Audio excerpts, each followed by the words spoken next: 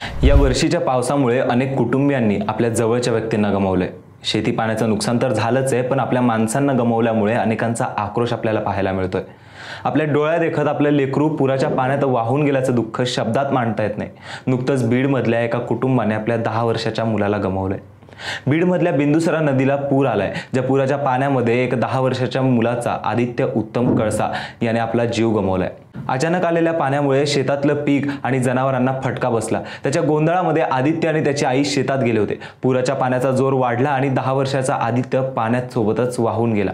आईच्या डोळ्यादेखत मुलगा वाहून जात होता, मात्र हतबल असलेली आई काहीच करू शकत नव्हती। रानात कंस कापायला गेलो होतो, आजूबाजूला गडी माणसंही नव्हती।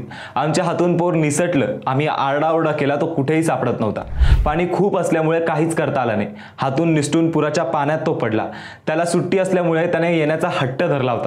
तासभर शोधल्यानंतर तो सापडला, असे आक्रोशाचे बोल चिमुकल्याच्या आईचे होते। गावातल्या नागरिकांनी तासभर पाण्यामध्ये शोध घेतल्यानंतर त्याचा मृतदेह सापडला। त्यामुळे कळसा कुटुंबियांसोबतच संपूर्ण गावामध्ये दुःखाची लहर पसरली।